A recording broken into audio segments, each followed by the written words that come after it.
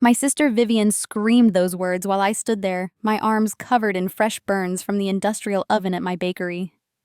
The emergency room doctor was still picking glass shards from my hands when she burst through those doors, not with concern, but with pure rage. "You're just a baker, Seraphina. This pathetic accident proves you'll never amount to anything." Her words cut deeper than any burn ever could. What she didn't know was that I had just discovered something that would turn our entire family upside down. The manila envelope in my purse contained documents that would expose 23 years of lies, theft, and betrayal that went straight to the heart of our family business empire. Before we dive into this shocking family revenge story, I want to know, where are you watching from today? If you're ready to see how karma can come full circle in the most unexpected way, smash that like button and subscribe, because this story about family betrayal and sweet justice is about to get absolutely wild. Trust me, you won't see this twist coming. The burns happened on a Tuesday morning in March, just as I was pulling my signature sourdough loaves from the commercial oven at Seraphina's artisan bakery.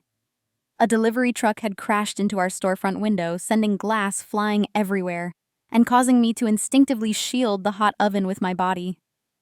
The burns across my forearms were painful, but nothing compared to what I discovered 3 hours later in the hospital waiting room. While the nurses cleaned my wounds, my phone buzzed with a text from Marcus, my business accountant and longtime friend. "Sarah, you need to see this immediately. Don't let anyone else know I sent this." Attached were photos of financial documents that made my blood run cold.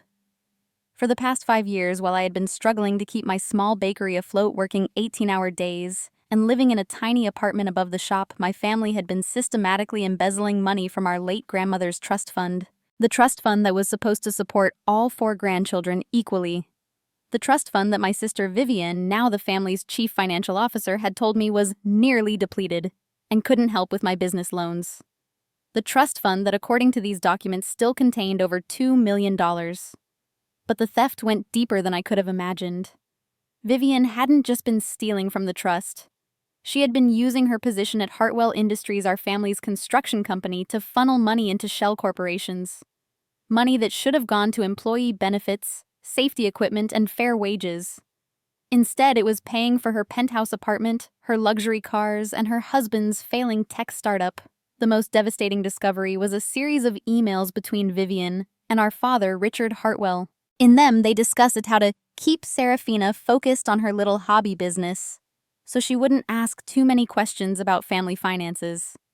They had deliberately sabotaged my loan applications, telling banks that I was financially irresponsible and not worthy of family backing. "She's always been the artistic one," my father had written in one email. "Let her play with flour and ovens. She doesn't have the mind for real business anyway." When Vivian burst into that emergency room, I was still processing the magnitude of their betrayal. But her cruel words about my burns being proof of my incompetence lit a fire in me that no oven could match. As she stood there in her designer suit, sneering at my bandaged arms, I made a decision that would change everything. "You know what, Vivian?" I said quietly, my voice steady despite the pain. "You're absolutely right. I am just a baker. But bakers know something very important about heat." I looked directly into her cold blue eyes. "We know that the right temperature can turn raw ingredients into something beautiful, and sometimes that same heat can burn down everything that's rotten." She laughed dismissively and walked away, assuming I was just being dramatic. She had no idea that I had already started documenting everything Marcus had sent me. Every fraudulent transfer, every forged document, every lie they had told to investors and employees. That night, alone in my apartment above the bakery, I created a detailed timeline of their crimes. The pattern was clear and devastating. They had been stealing not just from family, but from the 150 employees who trusted Hartwell Industries to provide for their families. Workers who had been denied raises while Vivian bought her 3rd vacation home. Families who had lost their health benefits while my father purchased a yacht. The next morning, I did something I had never done before. I took a sick day from my bakery and drove to the office of Patricia Wong, the best forensic accountant in the state. I had to take out a loan against my equipment to afford her retainer, but I knew this was bigger than just family drama. This was about justice for everyone they had hurt. Patricia's initial review confirmed my worst fears. Seraphina, this isn't just embezzlement. This is a complex fraud scheme that could involve federal charges. Your sister and father have been running this operation for years, and the amount of money involved is staggering. As we spoke, my phone buzzed with a text from my mother. Vivian told me about your accident. Maybe it's time to think about a safer career path, sweetheart. Your father has an entry-level position open in our mailroom. I showed the message to Patricia, who shook her head in disgust. They really have no idea what's coming, do they? That evening, I returned to my bakery with a new purpose. As I kneaded dough for the next day's bread, my burned hands protesting with every motion I planned my next move. I would need allies' evidence and perfect timing. But most importantly, I would need to become someone my family had never seen before. Not just a baker, but a force they never saw coming. 2 weeks after my hospital visit, I had transformed my small bakery into a war room. The back office, usually cluttered with flour orders and recipe notebooks, now housed 3 filing cabinets full of evidence and a bulletin board that looked like something from a detective show.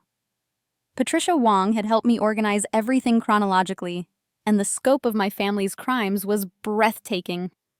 But I needed more than just financial records. I needed witnesses, and I knew exactly where to find them. Sarah Martinez had worked in Hartwell Industries' accounting department for 12 years before being mysteriously laid off 6 months ago. I found her working the morning shift at a local diner, clearly overqualified and struggling to make ends meet. When I approached her during her break, her face immediately showed recognition and something else: fear. "Seraphina, I can't talk to you," she whispered, glancing around nervously. "I signed a non-disclosure agreement. Your sister made it very clear what would happen if I said anything about why I was really fired." "Sarah, what if I told you that Vivian's threats don't matter anymore? What if I told you that I have evidence of everything she's been doing and I need your help to make sure she faces justice?" Her hands trembled as she poured coffee into my cup. "You don't understand. She didn't just fire me. She made sure I couldn't get hired anywhere else in the industry. She told other companies I was unstable, unreliable. My husband left me because of the financial stress. I lost my house. Then help me make sure she can't do this to anyone else." That afternoon, Sarah came to my bakery after her shift. As she looked through the evidence I had gathered, tears streamed down her face. "This is just the tip of the iceberg, Sarah. There are at least 6 other employees who were fired for asking questions or refusing to participate in her schemes. And the safety violations." She shook her head.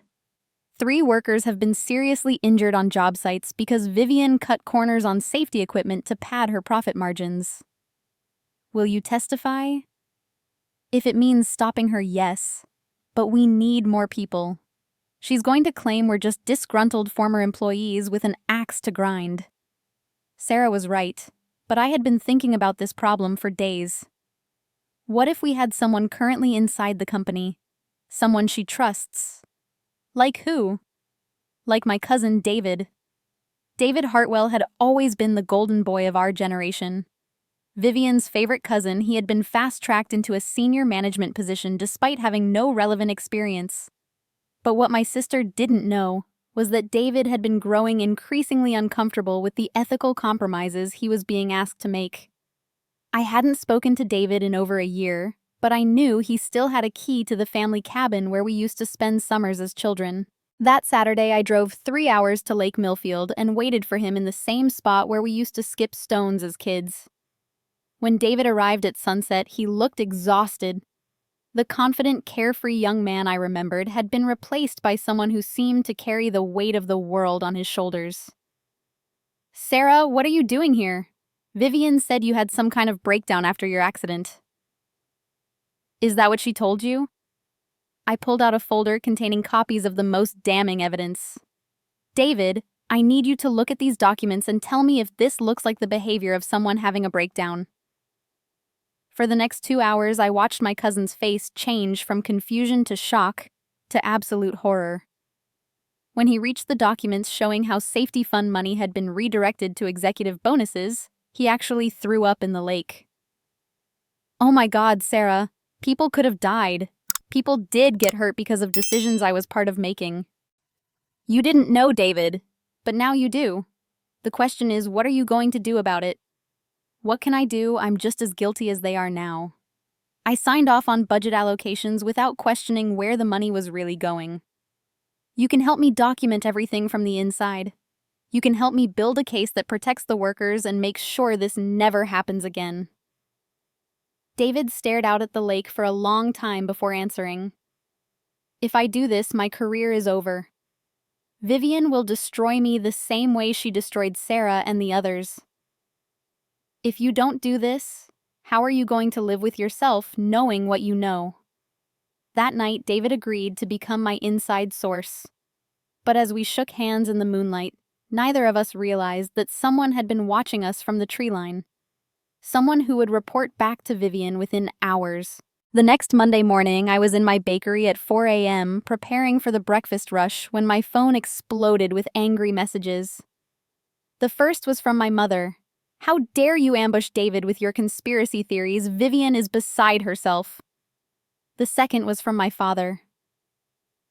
"Seraphina, you need professional help. This fantasy about financial crimes is clearly a trauma response to your accident. We're arranging for you to see Dr. Morrison immediately."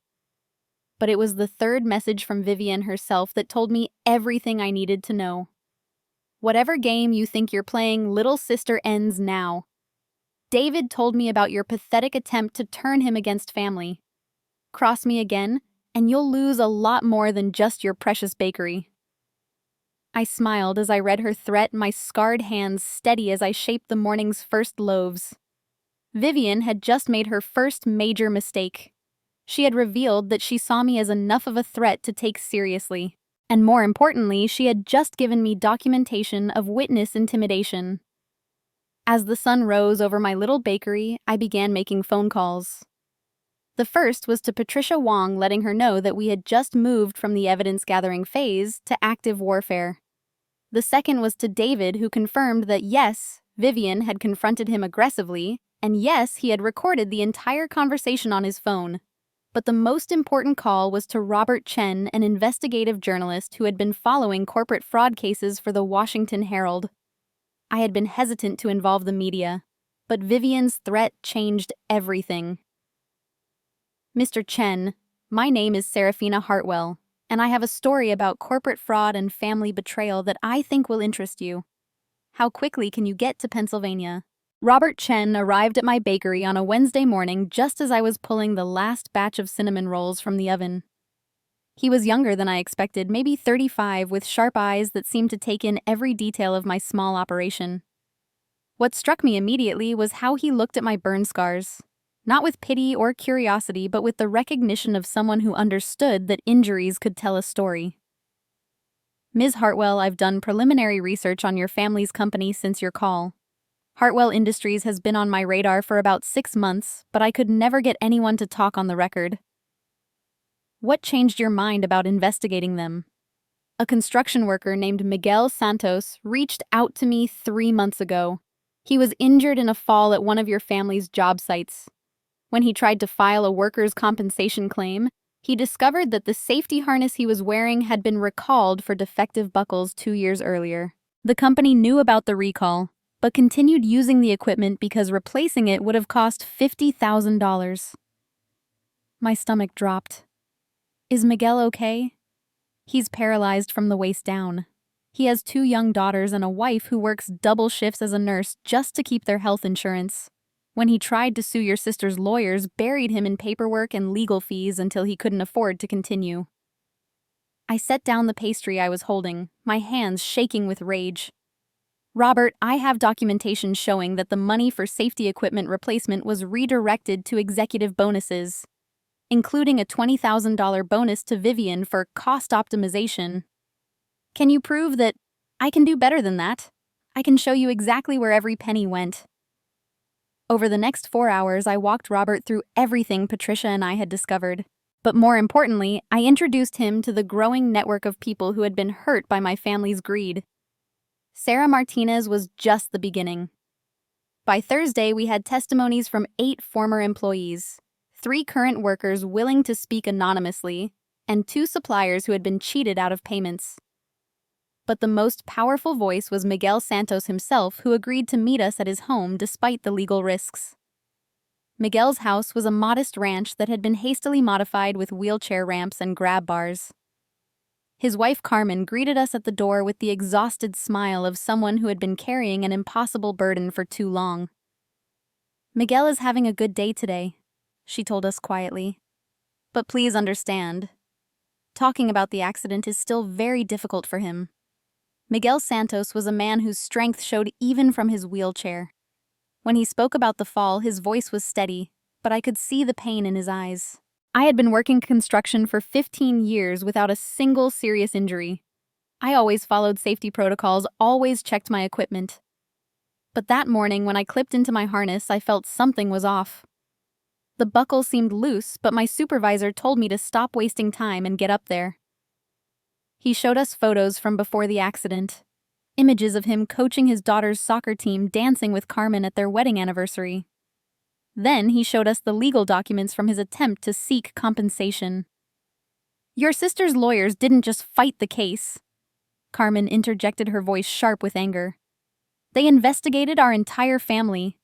They found out that my brother had been arrested for DUI 5 years ago and tried to use that to claim we were morally compromised. They sent a private investigator to my daughter's school to ask their friends questions about our home life. We withdrew the lawsuit not because we didn't have a case," Miguel continued, "but because they were destroying our family with their tactics. I couldn't put my children through that." Robert had been recording everything with Miguel's permission, but I watched him stop the recorder and lean forward. "Miguel, what if I told you that we now have evidence proving that Hartwell Industries knowingly used defective equipment? What if we could ensure that this story gets told in a way that protects your family, but holds them accountable?" "What do you mean?" "I mean a federal investigation, criminal charges, and civil liability that their lawyers can't make disappear with intimidation tactics." That evening, Robert and I sat in my bakery's kitchen surrounded by evidence and testimonies. The scope of what we were building was overwhelming, but so was the responsibility. "Sarah, I need you to understand what we're about to unleash. This isn't just going to destroy your sister's career. This is going to tear apart your entire family and possibly land several people in federal prison." "Good," I said without hesitation. "These people deserve justice, and my family deserves consequences." But even as I said the words, I felt a knot of anxiety in my stomach. Robert was right. There would be no going back once this story broke. I thought about family gatherings, holidays, the shared history that would be forever changed. My phone buzzed with a text from my mother. "Sweetheart, why don't you come to dinner this Sunday? Your father thinks we should discuss your future with the company." I showed the message to Robert, who raised an eyebrow. "That's interesting timing. Any idea what prompted this sudden olive branch?" "They're getting nervous. David must have told them something." As if summoned by our conversation, my phone rang. David's name appeared on the screen, and I could hear the panic in his voice before he even spoke. "Sarah, we have a problem. Vivian brought in a private security firm to audit all employee communications. They're monitoring emails, phone calls, even personal social media accounts. And she's been asking specific questions about you." "What kind of questions?" "She wanted to know if I thought you were mentally stable enough to be trusted with sensitive information. She also asked if I thought you might be recording conversations or taking photos of company documents." Robert gestured for me to put the call on speaker. "David, this is Robert Chen with the Washington Herald. Has anyone at Hartwell Industries contacted external parties about Seraphina or attempted to interfere with her business relationships? Not that I know of directly, but Sarah, you need to know that Vivian has been making calls to local banks. I overheard her talking to someone about financial responsibility assessments for family members. She also mentioned something about your bakery's insurance coverage. My blood ran cold. David, are you saying she might try to sabotage my business? I'm saying she's scared, and scared people make dangerous decisions. After David hung up, Robert and I sat in silence for several minutes. Finally, he spoke. We need to accelerate our timeline. If your sister is starting to take aggressive action, we can't wait for the perfect moment to publish this story. How long do you need? Give me 72 hours to verify the last few financial documents and get statements from federal law enforcement sources. But Sarah, you need to be extremely careful. Document everything, don't go anywhere alone, and if anything happens to your bakery or if you feel threatened in any way, call me immediately. That night, I barely slept. Every sound outside my apartment made me jump. Every car that slowed down in front of my bakery made me paranoid. But mixed with the fear was something else. Anticipation. After years of being dismissed and underestimated, I was finally about to show my family exactly what this just a baker was capable of. Little did I know that Vivian was planning her own preemptive strike, one that would test every alliance I had built and push me closer to giving up than I had ever been. Friday morning started like any other day at my bakery, but by noon, my entire world had collapsed. I was decorating a wedding cake when Patricia Wong burst through my front door, her usually composed demeanor completely shattered. Seraphina, we have a major problem. Someone leaked our investigation to Vivian. My hands froze on the piping bag. What do you mean, leaked? I mean, she knows everything. The financial documents, the witness testimonies, Robert's article deadline, everything. She's already filed injunctions against the Herald to prevent publication, and she's threatening criminal defamation charges against you. The room started spinning. How is that possible? Only 4 people knew the full scope of what we were doing. Patricia's face was grim. That's what we need to figure out. But right now, you need to see this. She handed me her tablet showing a local news website with a headline that made my blood freeze. Local baker's mental health crisis leads to false accusations against family business. The article, published just 2 hours earlier, painted me as an unstable woman who had suffered a psychotic break after a workplace accident. It quoted anonymous family sources, describing my increasingly erratic behavior and delusional conspiracy theories. Worse, it included photos of my evidence wall that could only have been taken by someone who had been inside my bakery office. The reporter who wrote this piece is Jason Matthews, Patricia continued. He's been dating Sarah Martinez for the past 3 months. My legs nearly gave out. Sarah, the woman I had trusted with my most sensitive evidence, the woman whose testimony was crucial to our case, had been feeding information to a journalist who was clearly in Vivian's pocket. Before I could process this betrayal fully, my phone rang. It was Robert Chen, and he sounded devastated. Sarah, I'm so sorry. The Herald's legal department is killing the story. Your sister's lawyers presented them with evidence suggesting you've been harassing employees and fabricating documents. They're claiming you digitally altered financial records and coached witnesses to lie. That's insane. You've seen the original documents. You've verified everything independently. I know, but they also have a recording of Sarah Martinez admitting that she helped you create false evidence because she was angry about being fired. The recording is very convincing. I sank into a chair, feeling like the walls were closing in. Robert Sarah was the one who provided most of that evidence in the first place. She can't have faked documents that she herself brought to me. I believe you, but the legal team won't take that risk. They're pulling the story and issuing a formal apology to Hartwell Industries. After hanging up, I sat alone in my bakery kitchen, surrounded by the smell of fresh bread and the wreckage of everything I had worked for. The beautiful irony wasn't lost on me. I was a baker whose carefully crafted plans had just crumbled like an overbaked loaf. But the worst was yet to come. At exactly 3 o'clock, a black sedan pulled up outside my bakery. Through the window, I watched Vivian emerge, followed by 2 men in expensive suits who looked like corporate lawyers, and behind them, the most devastating sight of all, David. My cousin wouldn't meet my eyes as they entered. His face was pale, his hands shaking, but he was clearly there voluntarily. Vivian's smile was triumphant as she approached the counter where I stood. "Hello, little sister. I think it's time we had a family conversation. I have nothing to say to you, Vivian." "Oh, but you do. You see, David has something he needs to tell you." I looked at my cousin, hoping against hope that this was part of some elaborate plan we had discussed. But when he finally spoke, his words shattered that hope completely. "Sarah, I'm sorry. I never should have gotten involved in this. You manipulated me into believing lies about our family, and I helped you fabricate evidence to support your delusions." "David, what are you talking about? You recorded Vivian threatening you. You provided financial documents from inside the company." "I provided you with documents, yes, but I altered them first on your instructions to make it look like there was fraud when there wasn't." Vivian's lawyers were recording everything on their phones. I realized this entire confrontation was theater designed to create evidence that I was mentally unstable and had coerced David into participating in a fraud scheme. "You know that's not true," I said quietly, looking directly at David. "You know what you saw in those original documents." For just a moment, David's facade cracked, and I saw genuine anguish in his eyes. "I'm sorry, Sarah. I have a family to think about. Vivian offered me a choice: cooperate with this or face criminal charges for embezzlement. She has evidence that I skimmed money from construction budgets.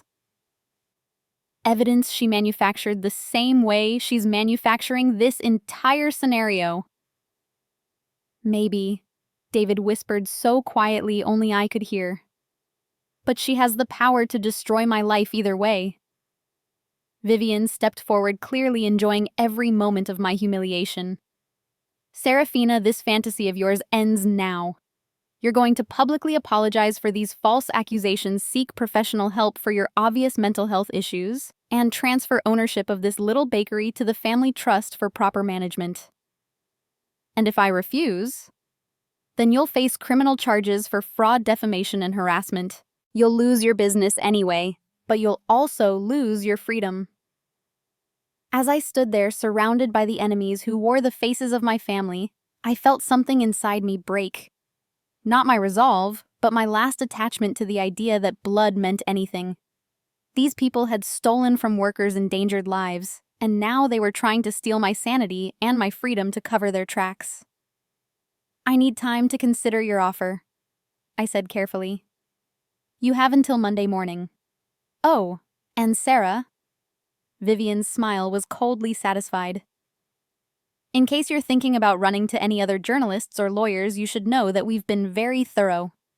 Every professional contact you've made in the past month has received detailed information about your mental state and your history of making false accusations. No one will take your calls anymore." After they left, I locked the door of my bakery and collapsed onto the floor of my kitchen. For the first time since this entire ordeal began, I allowed myself to cry. Not just for the betrayal by Sarah and David, but for the realization that Vivian had been planning this counterstrike from the moment she learned about my investigation. She had used my trust against me, turned my allies into weapons, and painted me as the villain in a story where she was the real criminal. Worse, she had done it so skillfully that even I was beginning to question my own memories of events. But as I sat there in the darkness, surrounded by the tools of my trade and the honest work I had built with my own hands, I remembered something important. Bakers know that some recipes require you to start over completely when they fail, and sometimes the second attempt turns out better than the first because you've learned from your mistakes. I wiped my tears and stood up. Vivian thought she had won, but she had made one crucial error. She had underestimated exactly how far someone would go when they had nothing left to lose. Saturday morning brought an unexpected visitor to my bakery. I was stress baking at 5 a.m., working through my third batch of sourdough, when I heard a gentle knock on my locked front door. Through the glass, I saw an elderly woman I didn't recognize, but something about her posture suggested she wasn't going to give up easily. "Ms. Hartwell, my name is Eleanor Santos. I'm Miguel's mother-in-law, and I need to speak with you." Eleanor was in her 70s with silver hair pulled back in a neat bun and eyes that held the kind of wisdom that comes from surviving decades of life's hardships. She moved slowly but with purpose as I led her into the bakery. "I heard about what happened to your investigation. The news article, the betrayals. Carmen told me you were trying to help Miguel get justice." "I was, but I failed. I'm sorry, Mrs. Santos. I thought I could make a difference, but I was naive about how powerful my family really is." Eleanor smiled and pulled a worn manila folder from her large purse. "Mija, you didn't fail. You just discovered that you were fighting the wrong battle." She opened the folder to reveal photographs, documents, and what looked like official government letterhead. "You see, Miguel's accident wasn't the first. It wasn't even the worst. For the past 2 years, I've been documenting every workplace injury at Hartwell Industries sites. Every safety violation, every cover-up, every worker who was too afraid to speak up." My hands trembled as I looked through her meticulously organized evidence. "Mrs. Santos, how did you get all this?" "I worked as a paralegal for 43 years before I retired. I know how to investigate, how to file Freedom of Information requests, and how to find patterns that others miss. When my grandson's father was paralyzed because of corporate greed, I decided to put those skills to use. The documents were devastating. OSHA violations that had been buried through political connections. Medical reports showing a pattern of injuries caused by defective equipment. Most damning of all, correspondence between Hartwell Industries and their insurance company discussing how to minimize payouts to injured workers. But this is just the beginning," Eleanor continued. 3 months ago, I sent copies of everything to the FBI's white-collar crime division. Special Agent Martinez, no relation to that woman who betrayed you, has been building a federal case. Why are you telling me this now? Because Agent Martinez reached out to me yesterday. She said a journalist named Robert Chen had contacted the FBI about a related investigation involving financial fraud at Hartwell Industries. She wants to know if you're willing to cooperate with a federal investigation." I felt something I hadn't experienced in days: hope. But my credibility is destroyed. Sarah's betrayal. David's testimony. The media coverage. Who's going to believe me now? Eleanor's laugh was warm, but sharp. "Mija, you think the FBI cares about small-town newspaper articles? They care about evidence patterns and crimes that cross state lines. Your sister made a big mistake when she tried to silence you through intimidation and media manipulation." "What kind of mistake?" "She committed additional federal crimes in the process of covering up her original federal crimes. Witness intimidation, obstruction of justice, conspiracy to commit fraud. The FBI loves it when criminals make their jobs easier."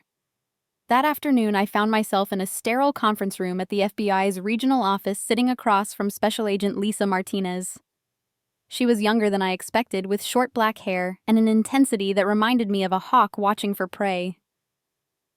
"Ms. Hartwell, I want to be clear about something from the start. This investigation began independently of anything you've done. We've been watching Hartwell Industries for 6 months based on tips from injured workers and suspicious financial patterns we identified through banking records." "Then why do you need me?" "Because you have something we don't. Access to internal company documents and knowledge of how your family operates. Your sister's attempts to discredit you actually worked in our favor. She made moves that left digital fingerprints we can trace." Agent Martinez opened a laptop and showed me screenshots of emails, bank transfers, and phone records. For instance, when she hired that private security firm to monitor employee communications, she used company funds. That's misappropriation of corporate assets. When she paid Jason Matthews to write that article about your mental health, she created a paper trail showing conspiracy to commit defamation. "How do you know about Jason Matthews?" "Because we've been monitoring financial transactions related to this case. A $5,000 payment from a Hartwell Industries subsidiary to a freelance journalist on the same day that article was published? That's not a coincidence." Over the next 3 hours, Agent Martinez walked me through the federal case they were building. It was far more comprehensive than anything I had imagined. The fraud I had discovered was just one part of a pattern that included tax evasion, money laundering, violation of worker safety laws, and now criminal conspiracy to obstruct justice. "We're ready to execute search warrants on Monday morning," she told me. "But we need your help with something specific. We believe your sister has been moving money offshore in preparation for this investigation. We need someone with access to family accounts to help us trace those transfers." "I don't have access to anything anymore. David was my only inside source and he's been compromised." Agent Martinez smiled for the first time since we had met. "Actually, you have access to something more valuable than internal company documents. You have access to your grandmother's trust fund." "What do you mean?" "According to the trust documents, you're still a beneficiary with the right to request financial audits.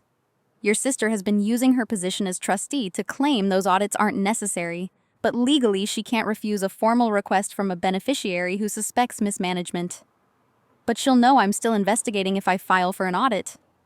Not if the audit request comes as part of a federal court order. We'll be serving multiple warrants simultaneously. Hartwell Industries, your family's personal accounts, and the trust fund. By the time your sister realizes what's happening, we'll already have everything we need." That evening, I returned to my bakery feeling like a different person than the broken woman who had sat crying on this same floor just 24 hours earlier. Eleanor Santos was waiting for me along with 2 other women I didn't recognize. "Seraphina, I'd like you to meet Maria Gonzalez and Jennifer Kim.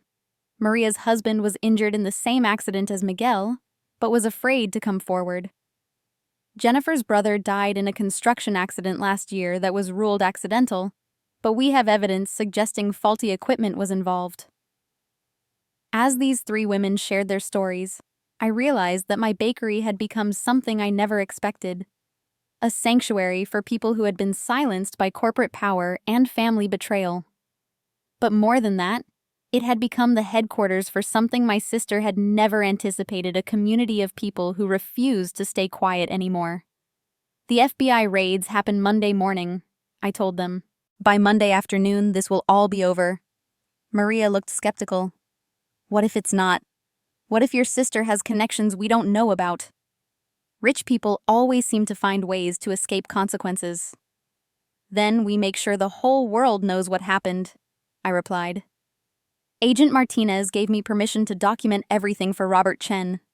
His original article might have been killed, but federal charges are a different story. That's news that no legal team can suppress. As the women prepared to leave, Eleanor placed a gentle hand on my shoulder. "Mija, I need to tell you something. When I started this investigation, it was about getting justice for Miguel. But watching you these past few weeks, seeing how you fought even when your own family turned against you, you've given hope to a lot of people who had given up." That night I did something I hadn't done in months. I called my mother, not to explain or defend myself, but to give her one last chance to choose the right side of history. "Mom, tomorrow is going to be very difficult for our family. I want you to know that I love you, but I can't protect you from the consequences of choices you and Dad made." "Sweetheart, what are you talking about?" "I'm talking about the fact that you knew what Vivian was doing and chose to look the other way. I'm talking about federal crimes, and the fact that being my mother doesn't make you innocent." There was a long silence before she spoke again, and when she did, her voice was different. Older, sadder, but also somehow resigned. "How long have you known?" "Long enough to give you the chance to do the right thing. It's not too late to cooperate with the investigation, Mom. It's not too late to help the families who were hurt by our company. And if I don't, then tomorrow you'll find out that your daughter isn't just a baker anymore. Tomorrow you'll discover that sometimes the person you underestimate becomes the one who brings down your entire world." Monday morning arrived gray and drizzly, but by 8 a.m. the sun had broken through the clouds just as FBI agents broke through the front doors of Hartwell Industries. I watched the raid from my bakery across town live-streamed on local news, as federal agents carried boxes of evidence from the building where my sister had ruled like a corporate queen. Agent Martinez called me at exactly 9:15. "It's done. We have everything. Your sister, your father, and 3 other executives are in custody. The evidence we found exceeded even our expectations. But the most satisfying moment came 30 minutes later when Robert Chen called to tell me that his editor had just approved a completely new article. Sarah the Herald's legal team can't suppress a story about federal arrests. This is going to be front-page news, and I'm including everything about how your family tried to silence you. By noon, my small bakery was swarmed with reporters, but this time I was ready for them. Eleanor Santos Miguel and Carmen Maria Gonzalez and Jennifer Kim stood beside me as I faced the cameras. We weren't just telling a story about corporate crime anymore. We were demonstrating what justice looks like when a community refuses to be silenced. 3 months ago, I was dismissed as just a baker by people who thought my dreams were small and my voice didn't matter. I told the gathered reporters. What they didn't understand is that bakers know something important about ingredients. You can't build anything lasting with rotten materials. My family's empire was built on theft, lies, and the suffering of working people. Today, that empire crumbles and something better begins. The federal charges were extensive and devastating. Vivian faced 17 counts, including fraud, embezzlement, money laundering, witness intimidation, and conspiracy. My father was charged with 14 counts. Even David, despite his cooperation with their cover-up attempt, faced charges for his role in the original financial crimes. But the most satisfying justice came in the civil lawsuits that followed. Miguel Santos and his family received a settlement that ensured his daughters could go to college, and Carmen could quit her double shifts. Maria Gonzalez's husband got the medical care his injuries required. Jennifer Kim's family received acknowledgement that her brother's death was preventable, and compensation that honored his memory. The trust fund that had been systematically looted was restored and redistributed. My share, combined with the reward money from the federal investigation, allowed me to do something I had only dreamed about: expand my bakery into a worker-owned cooperative that hired formerly incarcerated individuals and immigrants learning English. 6 months later, as I stood in my newly renovated bakery cafe training, my third group of new cooperative members, Eleanor Santos, brought me a newspaper clipping. It was a small item from the business section: former corporate executive Vivian Hartwell sentenced to 12 years in federal prison. "How do you feel?" Eleanor asked me. I considered the question as I watched Maria Gonzalez teach a young refugee how to shape croissants, and Miguel Santos, who had learned to navigate his wheelchair through our kitchen, worked on the books for our cooperative. Carmen was leading a worker safety training session in our community meeting room. I feel like we built something beautiful from the ashes of something toxic, I finally answered. Vivian was wrong about me being just a baker, but she was also wrong about what that means. Bakers transform basic ingredients into something that nourishes people. We create something from nothing, something that brings communities together. The criminal trials lasted 8 months. Vivian never showed remorse, even when confronted with testimony from workers whose lives her greed had destroyed. She maintained that she was a victim of a conspiracy led by her mentally unstable sister. The jury deliberated for less than 4 hours. My parents received lighter sentences in exchange for cooperation and asset forfeiture. My mother in particular seemed genuinely horrified when she finally understood the scope of what had been done to families like Miguel's. She spent her house arrest volunteering remotely for worker advocacy organizations. David received probation and community service, but his cooperation came too late to save his marriage or his reputation. He moved across the country for a fresh start, but not before visiting my bakery one last time. I was a coward, Sarah. I chose my own comfort over doing what was right, and I helped them try to destroy you when you were the only one brave enough to tell the truth. You were scared, David. Fear makes people do terrible things. But you can choose differently now. How do you forgive me after what I did? I thought about his question while I packaged a box of his favorite cinnamon rolls.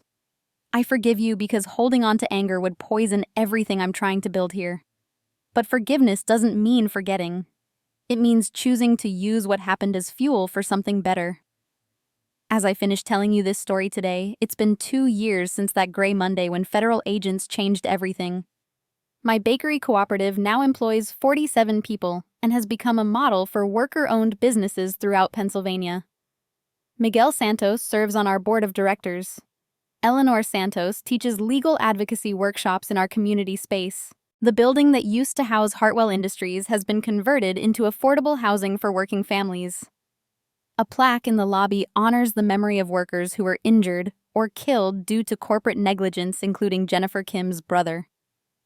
Sometimes people ask me if I miss my family, if I regret bringing down the Hartwell empire. The truth is, I don't miss the people my family chose to be. But I've gained something infinitely more valuable.